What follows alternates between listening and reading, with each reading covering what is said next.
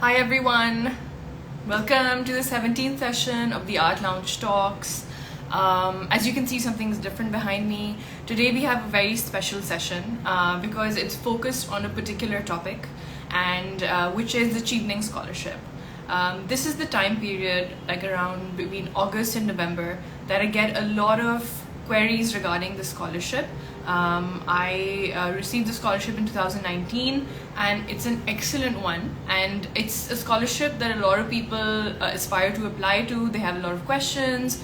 I get a lot of questions regarding the essays, the interviews, etc. So I thought it would be best if we have a session about the scholarship where people can ask questions and we can answer live. And as a discussion, we have a really cool person, Shameen Arshad, with us on board today. I will be adding her to this session just in a bit. Shameen was a recipient of the scholarship a year before me, and she was very helpful in my process as well, in terms of guiding me as to what life in London would be like, etc. So I'll give you a little bit about Shameen, and then we can start discussing the scholarship. So Shameen is based in Islamabad, and she's someone who I exhibited with very recently at Koil Gallery.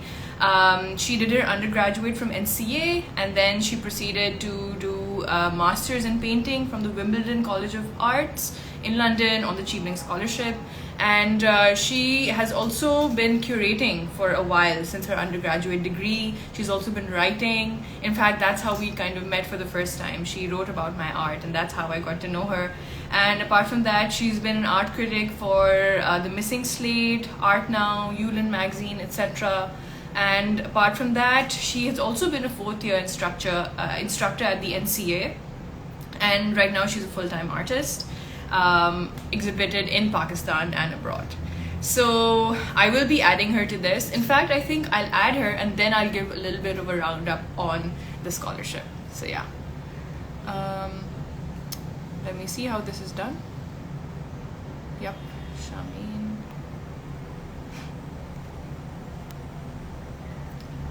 Okay, so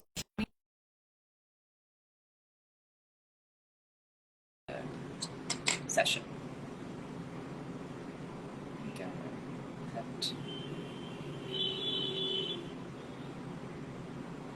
Hello. Hi, how are you, Shameen? I finally figured out this art Insta thing. It's not the easiest, I know. It takes a while to get used to, but thank you for being here, Shameen. It's good to see you in person again. No, thank you for having me. Not at all. Acha, so before anything, I thought I'd just give everybody a little bit of a roundup on the scholarship in case they don't know about it. Okay, and then we can dive into the questions and stuff.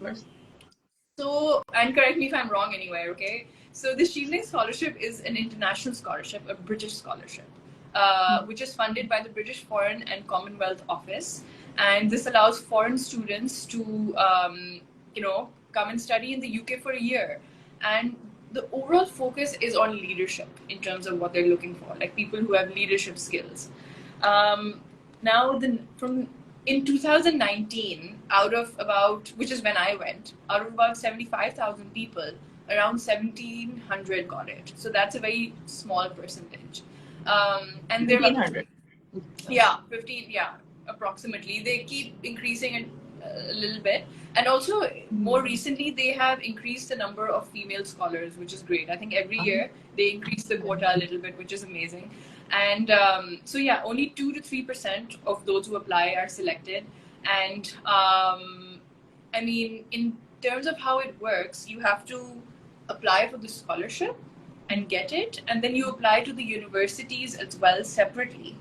And if you get both the scholarship and admission into a university, that's when you can actually avail the scholarship and go for it, right? So yeah, that's basically it. And in terms of creative fields, not a very large number get it. Like in my year, and I think it was the same in your year, I think we were the only people in fine art who got it from all over the world, right? Well, I actually wanted to set up a network for Chevening scholars, especially those are in London, because London is a big space and it's always good to have a friendly space around.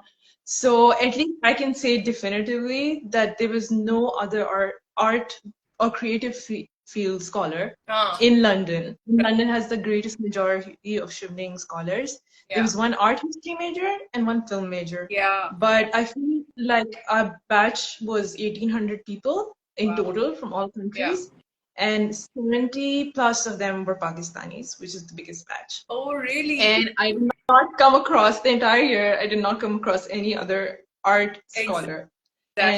Exactly. It's actually strange for them to know that if everyone's like, oh, okay, MA business, marketing, blah, blah, blah.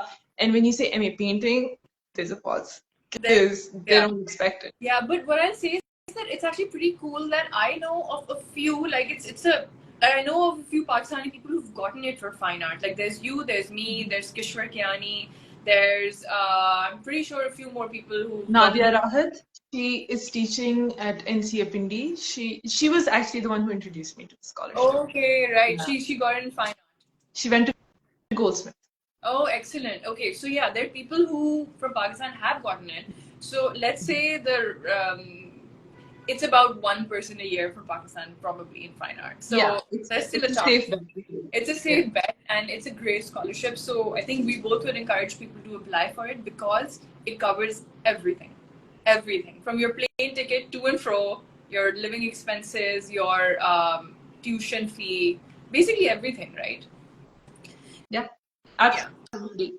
I feel like for me, I don't think spending an enormous amount of, especially in our line, spending an enormous amount of money on getting an MA degree when like it doesn't make sense to me in that sense. So I feel like a scholarship is a very good way to go if you want that experience and you want that MA degree and you're very sure of it because it's not an easy thing to do.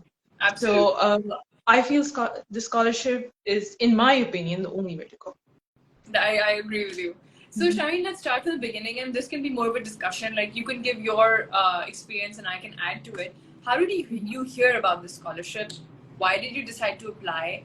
And what in particular did you apply for? Okay, so I basically, like many people who after the undergrad feel like this, they've worked for a few years and they feel like something is missing, that they haven't really gotten to a certain point where they feel confident in their skill and their expertise and stuff. So I just went on a random Google search, honestly, and considering my financial state, it had to be a fully funded scholarship because when you have no option, you have to look for this, right? So for me, it was a Google search, and then eventually when I discussed this with a colleague or two about scholarship, because I was like, there's this scholarship, it's not going to happen, but should I apply for it? So they said, yeah, one of our senior teachers, Nadia Rahat, she just went on it and she came back. So immediately it seemed more possible because someone in your vicinity got it. So my Chevening journey was honestly, in a sense, not very planned, to be honest. Because funny thing, the same year I had applied for the Fulbright to the US because my sister had been on Fulbright. I knew a lot of people that went on Fulbright. So again, that seemed like it was much more possible, So I applied to that, got to the interview, and then didn't get accepted. So it was a heartbreak on a whole other level because I was like, if this doesn't happen, because they take around 250 scholars every year. So how will a 70 scholar or 60 scholar thing happen? So that said, even if you have no trust in your abilities, keep applying. So somehow I took 1 month to do my application. 1 month, I feel it's a very good amount of time to be very thorough and edit and re-edit and present the best possible version of yourself. I won't expect anyone to do more than 1 month's work because then it just kind of regresses, because you think too much about it, it regresses.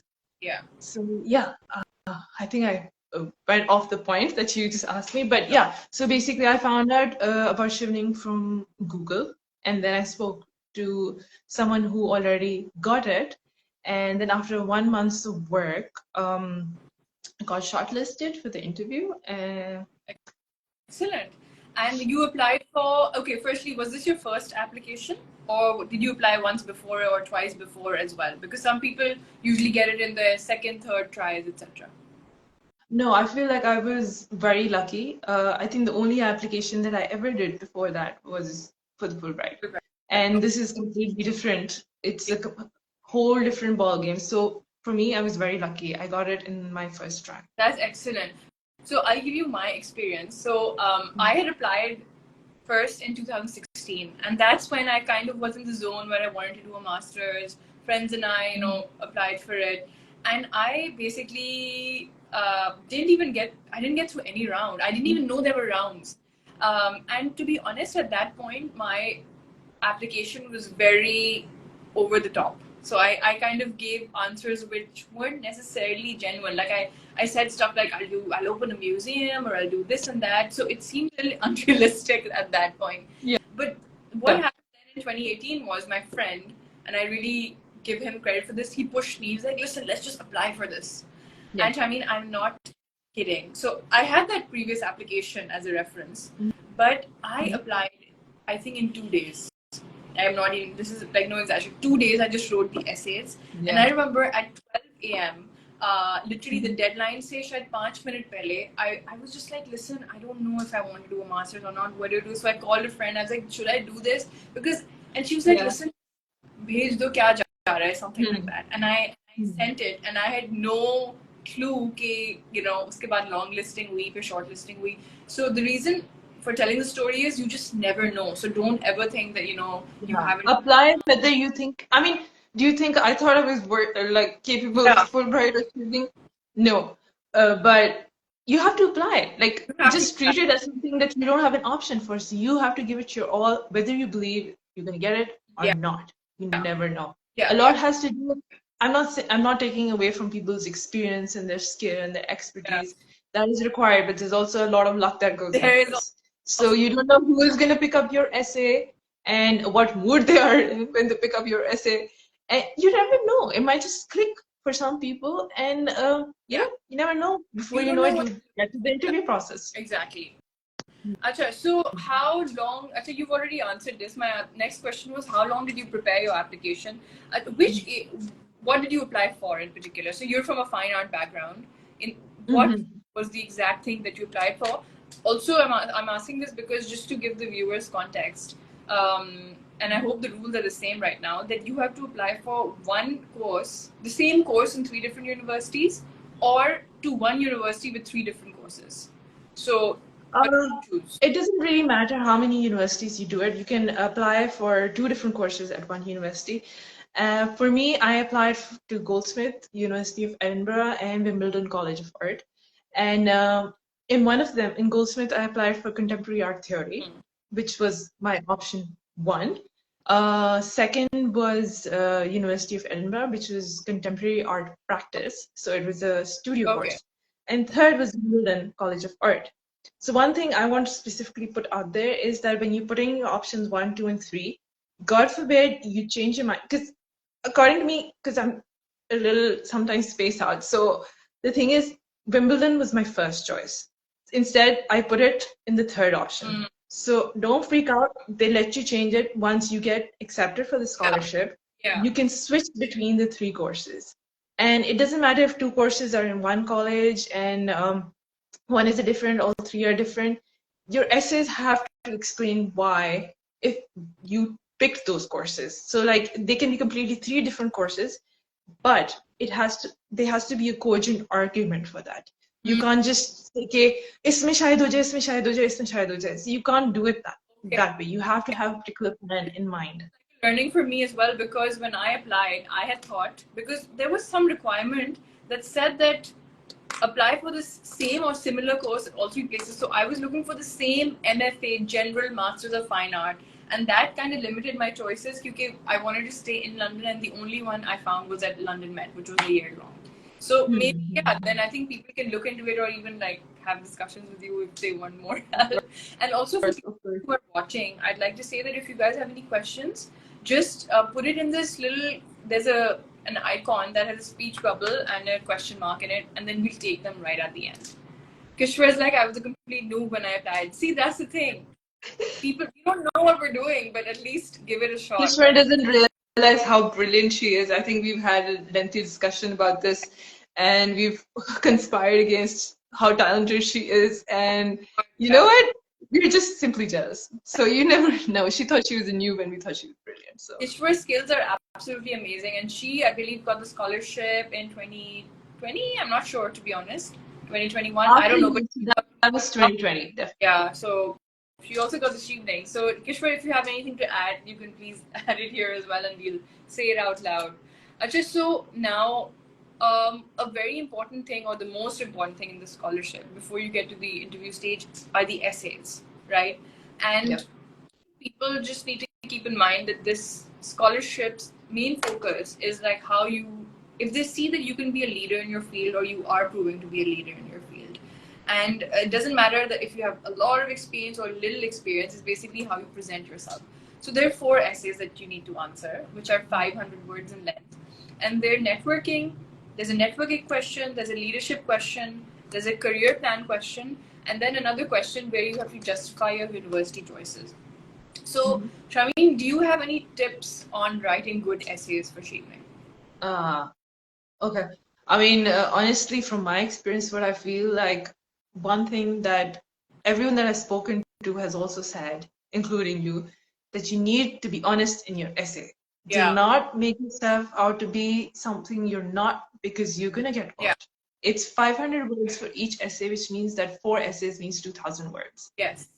You need to be honest, because if you get to the interview stage and you say something that is completely in contradiction to your essay, that's a big problem. That's big red light. Yeah. So red flag. So one thing I would be like, be consistent in what you're saying. Second would be, write clearly. Do not try to use fancy words. Do not try to beat around the bush. Be very clear. They need to know. They've read so many essays, they don't have time for this, and honestly, it would irritate them.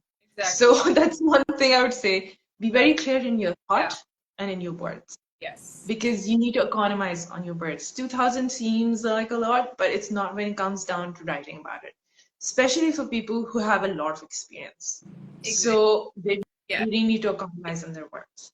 Yes. Yeah, I think those are probably the 2 things I would tell people. Great point, Shameen. You're right. And the thing is that some things that I felt is because some people ask me to read their essays, and I feel like they add things like quotes, they add like introductory and conclusion paragraphs, and you don't need to do that. You don't need any of that stuff. They need solid points from you. Like, give solid examples of how you have been able to network, solid examples of how you leader, and in terms of university as well, you just need to have clarity ki aapko karna kya hai, and because that's going to reflect in your answers. If you're basically when you're basically going into it, you have to be very clear about what you want. It's not all fun and games. Oh, ek saal London mein party karke wapas aayenge. It's not like that. So that is something you really need to understand. People who apply for the Chevening, it's a very long process, because you apply to the Chevening and then you apply to colleges. Yeah. So it's not all fun and games, and you have to be very, very clear as to what you want. Do that as a favor to yourself. Try and figure out before applying why you're applying, if this is the right time to apply, and where you want to go. Because if you get the scholarship and you end up in the wrong place, you're basically doing yourself a disfavor. Yeah. So you need to be very, very clear. That's absolutely true. Clarity is extremely important. And Kishore has a point. She's saying don't bullshit in your essays, which means that don't say things you haven't done or you can't do. They can easily spot it. I think that's what I did the first time, and I didn't get through to one round. Second time, I remember I wrote it so quickly and I was very real. I was just brutally honest.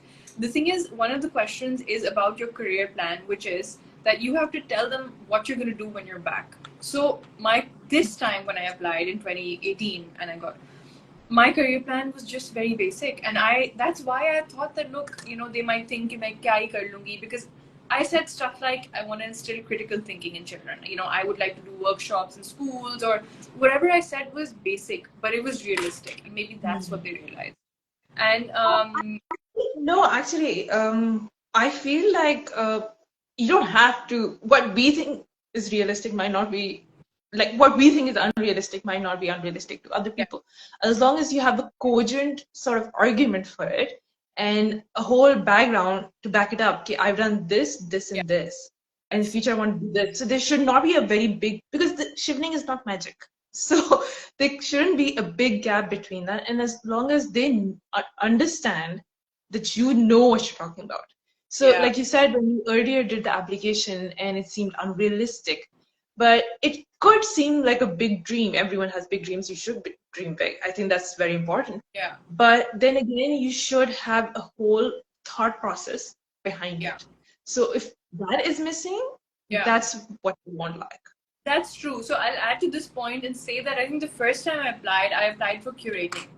And I, at that point, hadn't curated anything, nor did I have a genuine interest in it at that point. So maybe that's what shined through as well, that, you know, I don't think she's...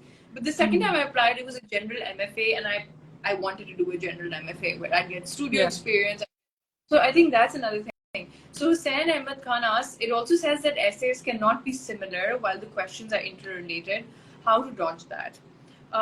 Good question. I think it's basically that just understand that all questions are asking for something different. So networking is different from leadership, right? They're interrelated, yes. But if you could just jot down certain points and just ensure that they're not exactly the same, I'm sure you'll find enough material.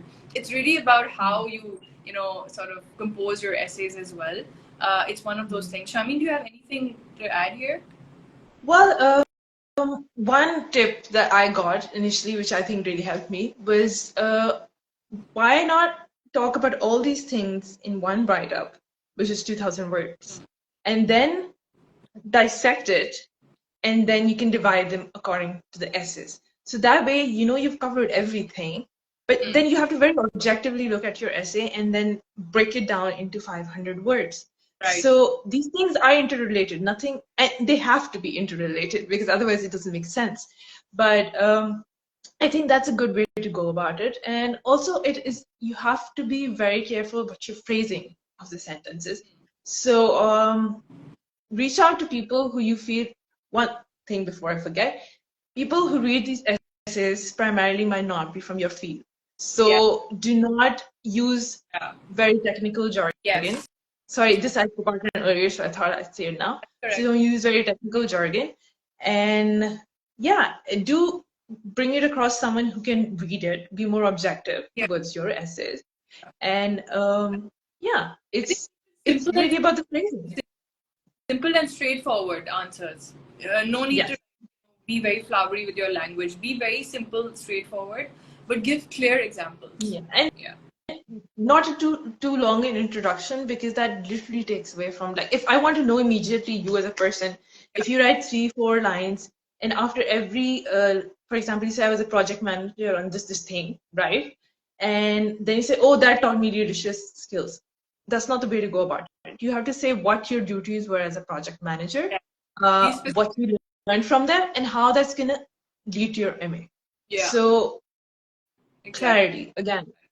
Absolutely. Okay, so Shameen, so the way Chevening, actually, I used to call it Chevening, and then I found out it's Chevening. Chevening, yes. That's good. All of us are very unpleased with that, but that's how it is. So the thing is, in this case, what happens is you send in your essays before the deadline, then then you find out, I think they removed the long listing, but during my time they first long listed and then shortlisted. And once you're shortlisted, they invite you for an interview. So we'll talk about the interview, but at the same time you're also supposed to apply to universities.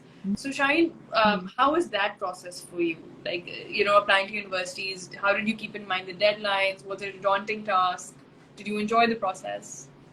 Well, honestly, I feel like what I did was I first finished my Chevening application, because I felt like that needed much more of my attention. Because getting into UK universities with our level of education is not as tough. They're much more forgiving than our institutions are. So I think we've been trained in that way. But so I basically attempted all 3 of my applications after I finished Chevening. So you have enough time. My first one was Goldsmith, And I got that, but I waited till my third sort of program that I applied to, which was Wimbledon, which I did in the summer. So there's a lot of time for you to, before the interview, for you to apply to your courses. So I feel like first you need to get your best references for Chevening, and then eventually get onto the university applications. Yeah. So to give you guys context of time, for example, if the Chevening deadline during my time was November 2018, so the interview happened in like March. So there was plenty of time to apply in the middle. But also just keep in mind, different universities have different deadlines. So because I hadn't even thought I would get it, I actually missed one of the deadlines, which was in January, because I didn't even look into it, So you just have to make sure. No, you need to. I think you should write down like timelines, because every college had. You can like easily mess that up. So every college has completely different requirements, from IELTS, type of IELTS, to like when submissions have to happen, to the kind submissions that have to happen. So you really need to be on it. Yeah. So I by the way, I think that IELTS they've removed as a requirement. The Chevening people have removed IELTS as a requirement, which is great for people. But universities might have requirements. So Kishwar, yes, I will be sharing this on YouTube, and it would be lovely if you could share it with other people, and if everybody else could as well. Because so these days we all know that a lot of people are wanting to move out of Pakistan. So I thought it was an even better time to consider scholarship, even. But one disclaimer is that this scholarship requires you to come back to your home country for a minimum of 2 years. So you won't be able to just settle in the UK once you get it, unless you use some illegal means, because if they find out that you've settled there, they're going to require you to pay back the entire fee. So this can't be a route to that. But it's so yeah, I and okay, so Hussain asks that does not applying to the universities prior to sending the Chevening application lessen your chances? Absolutely not. It doesn't. No. Okay, my experience applying to universities, as I mentioned, was that I missed one of the deadlines. But the good thing is that during the interview, if you reach that stage, you're allowed to replace one of the universities. So interesting. At that point, I found the existing university I went to, which is London Met, and that was my replacement university, and I ended up going there. ठीक है, so applications हो गई, उसके अंदर usually they require like portfolios, they require their own interviews, they require other things, so you have to be prepared. Every place requires something different. Then comes the interview stage, and you're asked to pick a slot for the interview. And during our time, COVID hadn't struck, so it was in person, and I think it's in person again as well. So, Shameen, how did your interview go? How did you prepare for it? And like any? Yeah. Well, you can talk about my smile. Things didn't go exactly as expected. Okay. This is very irrelevant, but a really funny thing that happened is that me and this other candidate, Farah, we were sitting to basically get into this British Council building, which is basically like a fort, so it's intimidating in itself. And we sat there with this one other woman, and we were just discussing about how nervous we are and how hard the panel is going to be and stuff. And this woman is fully engaging us in the conversation. And when I went into the interview, I realized she was one of the panelists. So that was a great introduction to her. So those things happen. Don't worry, you can redeem yourself. So yeah, basically my interview was around 30 to 45 minutes. So it's intense. And try and be as comfortable as you can, because you'll be in there for a while. And I also feel like a longer interview gives you a chance to do that, because with shorter interviews, you're just a bundle of nerves, if you're like me. But a longer one just helps you settle in. And you really need to know your essays, what you've written in your essays, because that's something they will go through repeatedly, because they underline things in your essays that they're going to talk to you about. So again, like I said, be honest. Do not philosophize it, because when you speak, they will know. So, and they've done this a million times. So, So the thing is, I think what I would say, so my interview was, I think, half an hour. I can't remember exactly. There was one white lady, and the other two were Pakistanis. And I think my tips would just be to be, as you said, very comfortable, as comfortable as possible, because they're going to be reading your body language. And if they're looking for future leaders, they don't really want somebody who gets really nervous around other people. So if you're someone who does get nervous, practice mock interviews, I'm assuming. Another thing is that sometimes you just have to be confident, because I remember one of the questions they asked me, I had no clue about, which is they asked me, what are the 5 British values? Now, that's not something I'd ever heard of. Okay, I had no I clue. probably will send me there, I'll tell you. That's a good answer. That's where I'm going. That's why I'm going to learn. That's what I'm going to learn. I came up with some random answers. So I say now, but it was not accurate. I checked later on. But I just tried winging it, and I think they were just like, okay, at least she's pretending to know what they are. So that's sort of a thing. Then one of the things they asked me, I think, a challenging situation that you came across and how did you get over it. So I mentioned something I'd gone through while I was studying, how I stood up to somebody, stuff like that. And you're so right that just make sure you read all of your essays before you go so that you remember what you've said. Yeah. Another thing, at some point somebody had asked me that, they didn't get through the interview. And I think the reason was, and they were very accomplished, I think the reason was, again, their interview answers and what they discussed didn't match. I think you should also generally make sure that you're showing them that this scholarship will help you. It's not, there's something that will take you to the next level, and it's not something that, for example, if you're already a high achiever, they might want to see whether you're the best candidate or whether it should go to somebody who kind of needs it more. So just make sure that balance is there in terms of, what you are saying. Okay, so now that, then you got the scholarship. How did you feel? How did you find out first? When did you find out? How did you feel? And then what were your next steps? Funny thing. I applied for, like I said, I applied for the Fulbright first, didn't get it. Applied for the Chevening, got to the, I hadn't heard from them. Applied for the Fulbright again. And so I was on the brink of just being like, you know what? I have to have a plan B. But when I did get the email, first of all, I read it like at least 10 times to believe it. I was actually, this is what I don't share with a lot of people, I was actually waitlisted. So it wasn't a short thing. There you go. But I think they do that with most fine arts people because our degrees are expensive. Yeah. So that's just my assumption. But yeah, so honestly, I didn't think it was happening. So then I went for another Fulbright interview. And I was like, I have nothing to lose. So, with that comes a certain amount of confidence. Yeah. So I was like, you know what? I have that one in the bag. Like, I was like, okay, this time I do. Maybe last time I wasn't so experienced.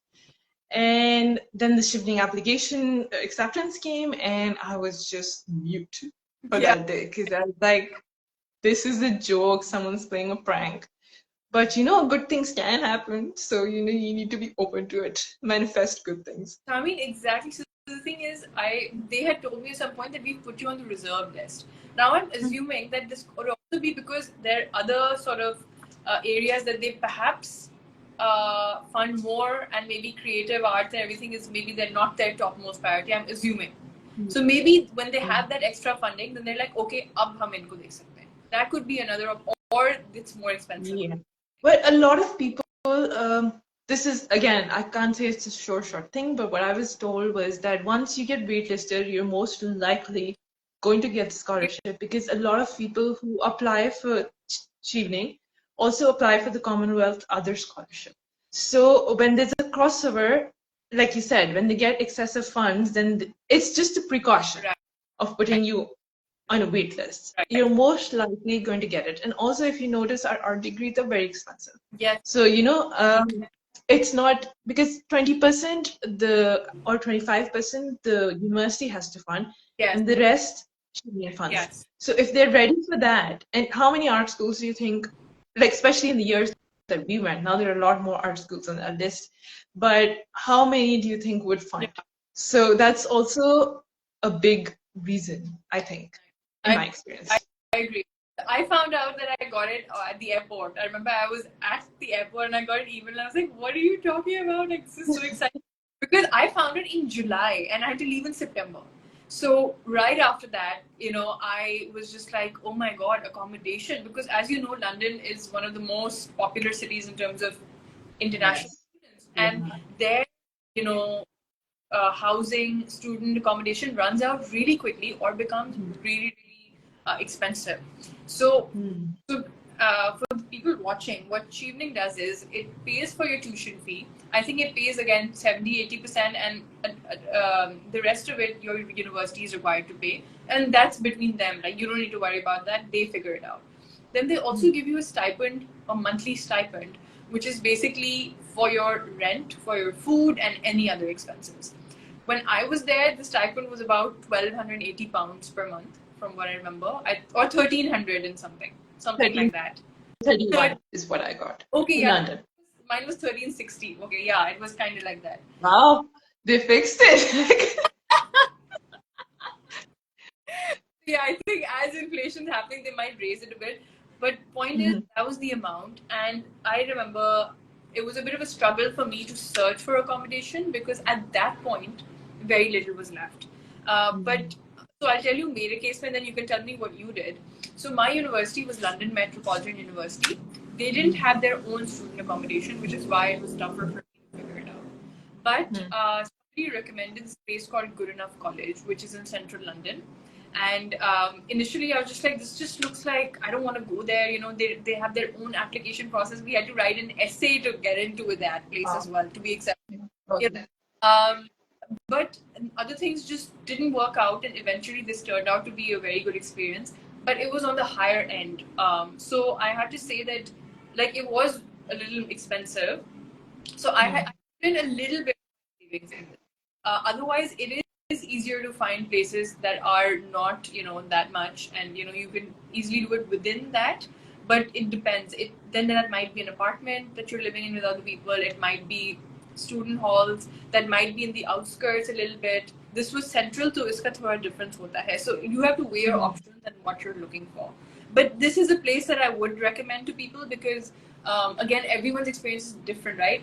But I feel like more than my university, this gave me like a university feel because they were all Yeah. it was a postgraduate accommodation. Everybody was from different schools studying together. So uske lihaaz se it was good. So what about you, Shameen? How did you figure out your accommodation? Well, I found out that I was leaving for the UK 2 weeks before I had to actually go. Wow. Yeah, our UK visa application, that's what really slows things down. Shameen, that's less than me because mine was, I think, a month. Yes. So, well, my visa processing took time, and I found out 2 weeks before going. So, I would not recommend what I did to anyone else, but I got a B&B for 10 days. I had no accommodation because I could not find accommodation at all. I had no experience of London. I did not know anyone in London. So, on the 9th day of my B&B, I found the student accommodation. So it was basically trying to navigate the trains, the buses, everything, which, by the way, is not a joke for a first-time person. So on the 9th day, if I had not found that accommodation, I'd probably be sleeping on the streets like a lot of other Londoners. Yeah.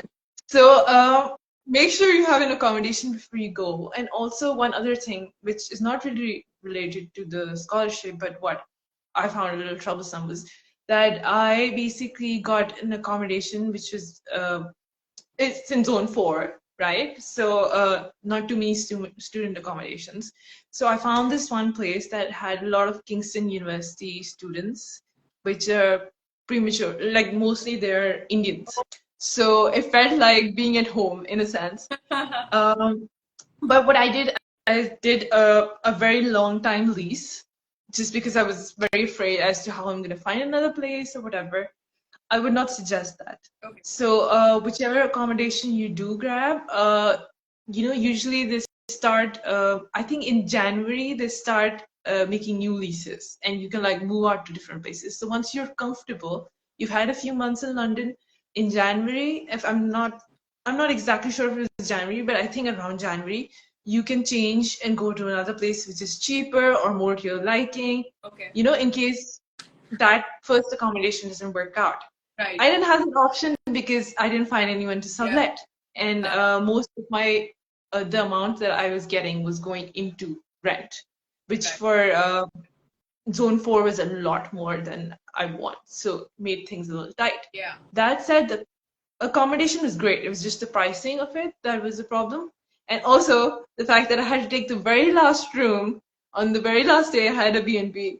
So yeah, I would suggest that. But I would suggest student accommodation if you're new to London. It's a little pricier, but I mean, I think mine was very, very comfortable. Yeah.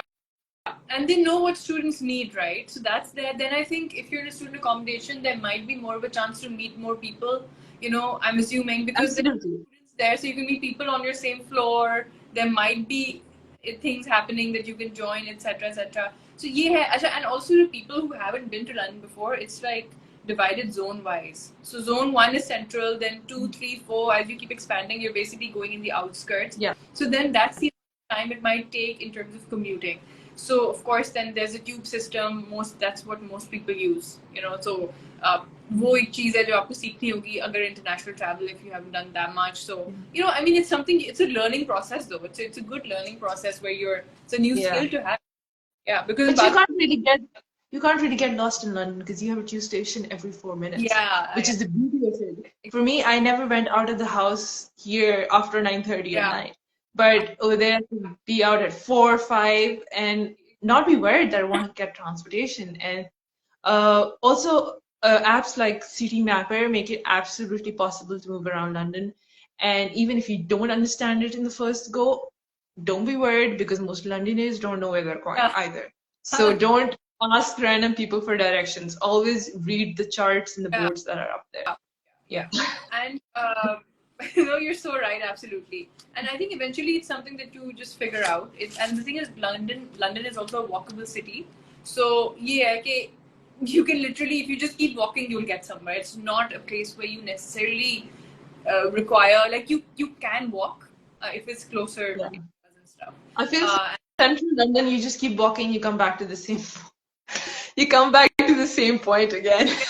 That's true. That's correct. And the good thing about London is, if you're studying there as an artist, there's so many museums, world-class museums and galleries, which can add to your experience. You know, you're in that big city. Yeah. But I would really recommend museums and archives and all the things that, for me, in my practice, what was really important was historical documents, recorded history. So, and also how that has been changed around in these museums in a different space. Yeah. It's been given in different context. So I feel like it really does open up your mind and to see the larger picture in a sense. So I feel like those things, like archives specifically, like I use SOAS archives and British Library archives. These are some beautiful resources that you can really use. Absolutely. Acha, and to clarify though, I mean, because we both studied in London, the Chevening scholarship isn't limited to London though. I mean, it's anywhere in the UK.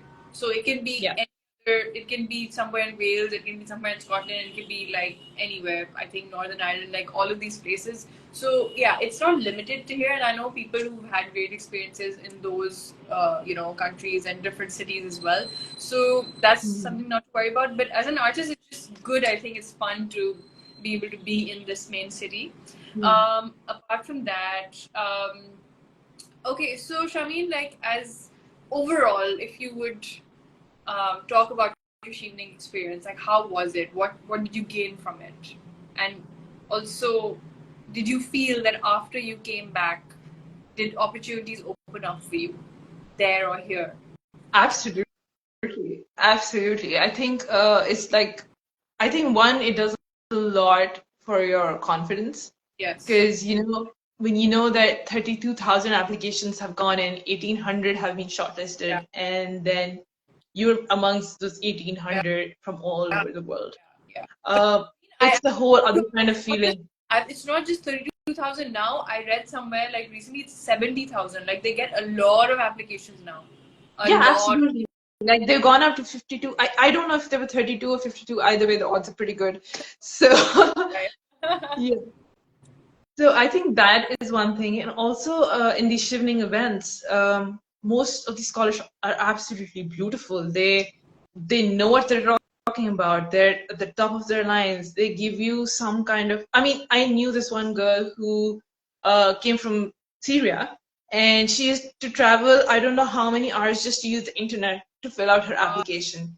So I mean, those people in itself, just talking to them is such a learning experience, and that's what makes you feel like, even that makes you understand your limits, or basically limitless existence in that sense. Yeah. So I feel like that's really important. I think all Chevening scholars that I met are absolutely beautiful people, and it gives you a very good world view. Like, there's certain people that I'm still very much connected to. If you're feeling down in December months, there are people to talk to. Then there are others, and you're like, okay, I want to go to this museum. You have a similar interest, you can do that. So it's a beautiful sort of network in that sense.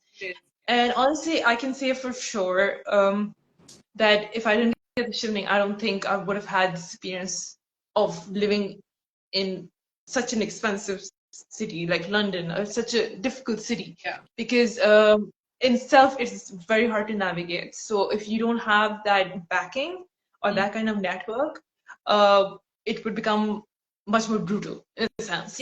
So I've Thing as well, because there was this feeling of comfort that there's somebody looking out for you. There's an organization that's there to support you, and if you're going through anything, you can just email them and they'll be there for you. I think that was a great thing to have, generally, you know. Yeah, exactly. Like, I had like what they call Chevening officers. I think that's what they're called. Yeah. So this one unlucky lady called Katie Beldock. Basically, I was the only one in zone 4, and she would come out to meet me all the way there, like just to check on me. So I felt like that was I felt very special in that sense. Like, I mean, they make sure they go out of the way in that sense. And if you're having a difficult time, you can discuss it out with them. Like, initially, I had a very difficult time sort of settling in London. So there's always going to be someone who's reachable. So that's really important. Absolutely. And I completely forgot about these officers. I just remembered that our officers would show up at London Met. So whoever got the Chevening scholarship, we would all have combined meetings with them. They'd ask us. So yeah, I mean, that's such an act of care, you know. And just the fact that you can reach out to them. And I remember like something had happened and they were really helpful in a way. So for me, something a little unlucky happened in the first 2 weeks. Which is that my bag got stolen. So another thing is that you have to take care of your belongings in London. I don't think any city is very safe anymore. So in my second week, I was outside a restaurant and I was doing something, and I just don't know how, but my bag got stolen. And I got a call from my accommodation, Good Enough College, saying that somebody has given your card in to us and collected or something like that. So my whole wallet was gone, which included my BRP, which is the residence permit that you get as a student. I had to go all the way to Croydon, which is a random part of London. Made. So I mean, I was just like, what is going on? Even though I didn't mind it, because at that point I was just like, I'm studying in London. But that was something that happened, and then they were quite helpful in that case as well. So you have that backing, you have that support. You also sometimes have Chevening events in your universities or accommodations, which you can attend. So that's there as well. And then the orientation is often a lot of fun. You know, at our time, we had it at the Excel Center, which was like this massive place and what much. But during our time, the thing is, COVID happened. So the last 6 months, I went through that, by the way, in the sense that last 6 months were online. And in that, Chevening was very supportive in the sense that, you know, when COVID really happened, we didn't know what was going on. We all wanted to go back home. And even though that doesn't come under the Chevening contract, but they gave us the funding to be able to go back home as well. Oh, wow. Because it was an emergency situation. We thought the world was ending, right? So they gave us that funding. And that's how I was able to go back home. And then another thing was that, what else did they do? I'm trying to remember. So I'm sure you had a really nice farewell. Our farewell was online, and we had to create avatars, like digital avatars. We had to download a computer program, download digital avatars, and meet each other virtually. Can you imagine? That was really funny. You did I really feel like COVID really robbed you of the experience.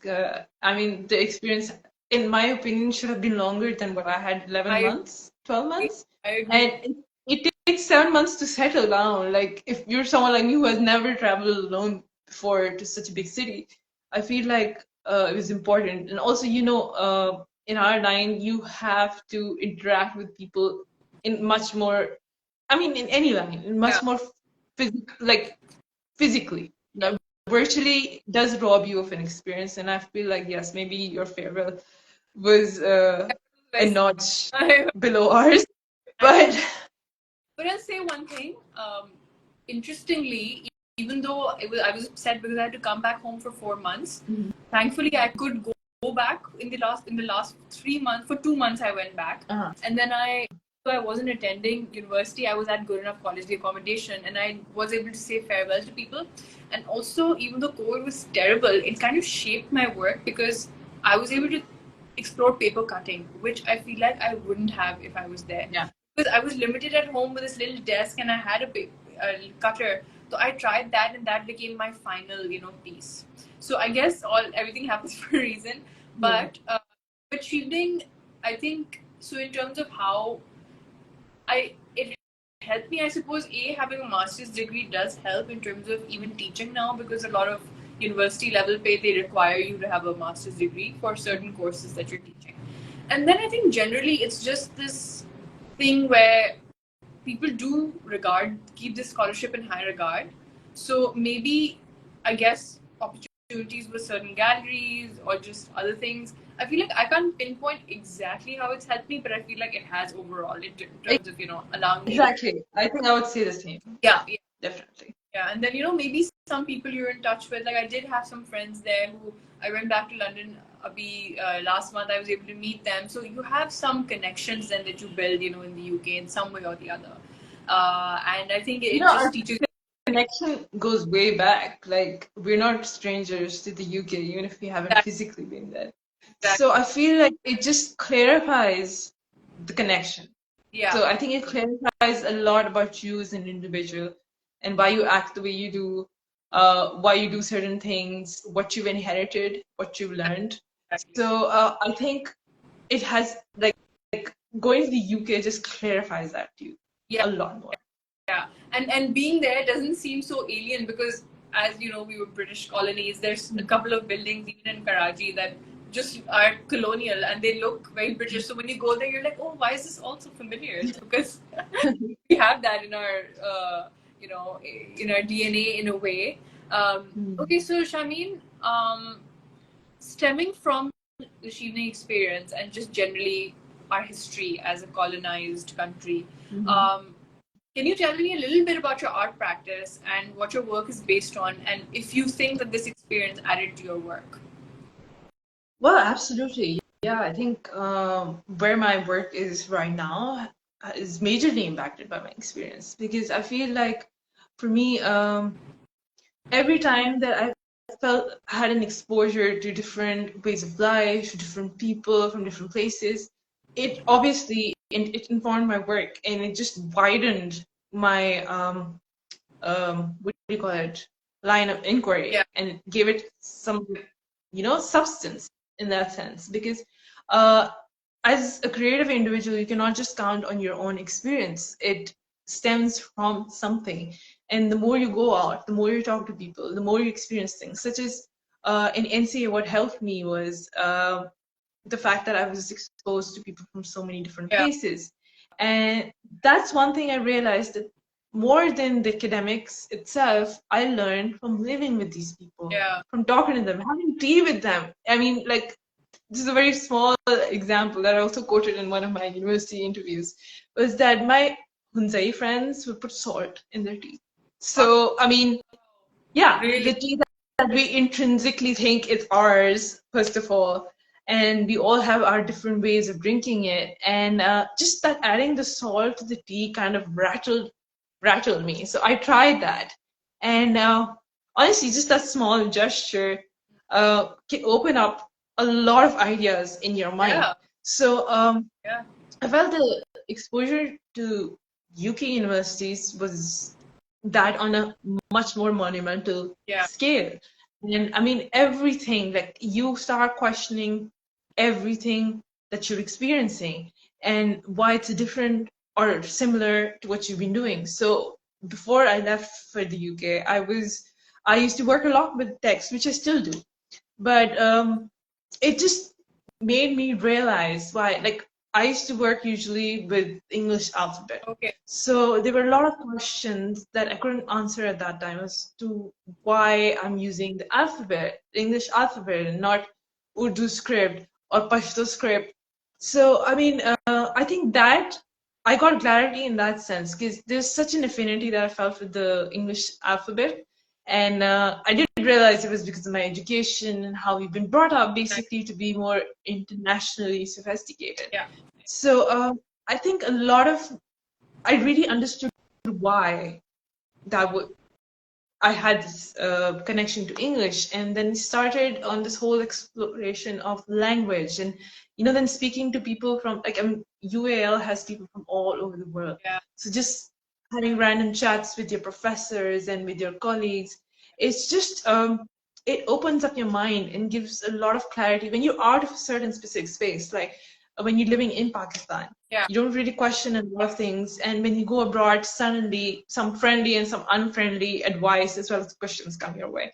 So I think for the first time you start thinking about those things. Absolutely. So that has really informed my work. So it might visually have really sort of broken out of the old mold, but the ideas come from the same sort of space. Yeah. And and that is the understanding of language and culture and backgrounds and why we act the way we do. So my work is still pretty much autobiographical, but it's just more clear in what I want to say and my understanding of myself. Absolutely.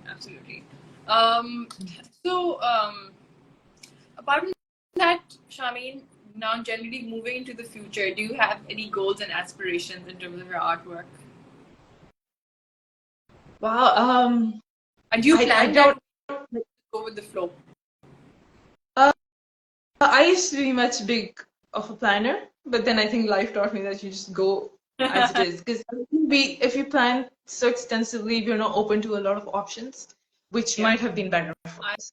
So I feel like too much planning is not the way to go. Basically every project that I give my all to the point that I literally feel like just, disappearing or running away. But so whatever I do take on, I do basically do it to my fullest ability. But other than that, I don't think I have some exciting things in the pipeline which I cannot sort of talk about right now. But yeah, not massive planning as of yet. That's completely. So, I mean, we'll now move into a very quick rapid fire round. You just need to answer in one word or one line. Okay. Okay. Okay. So, if you had to be a Disney character, who would you be? Oh, Flounder. Oh, I don't know why. Really? I've never heard anybody answer. That's adorable. Okay. If you could have an unlimited supply of one thing, what would that be? Respect. Nice. Advice you'd give your younger self?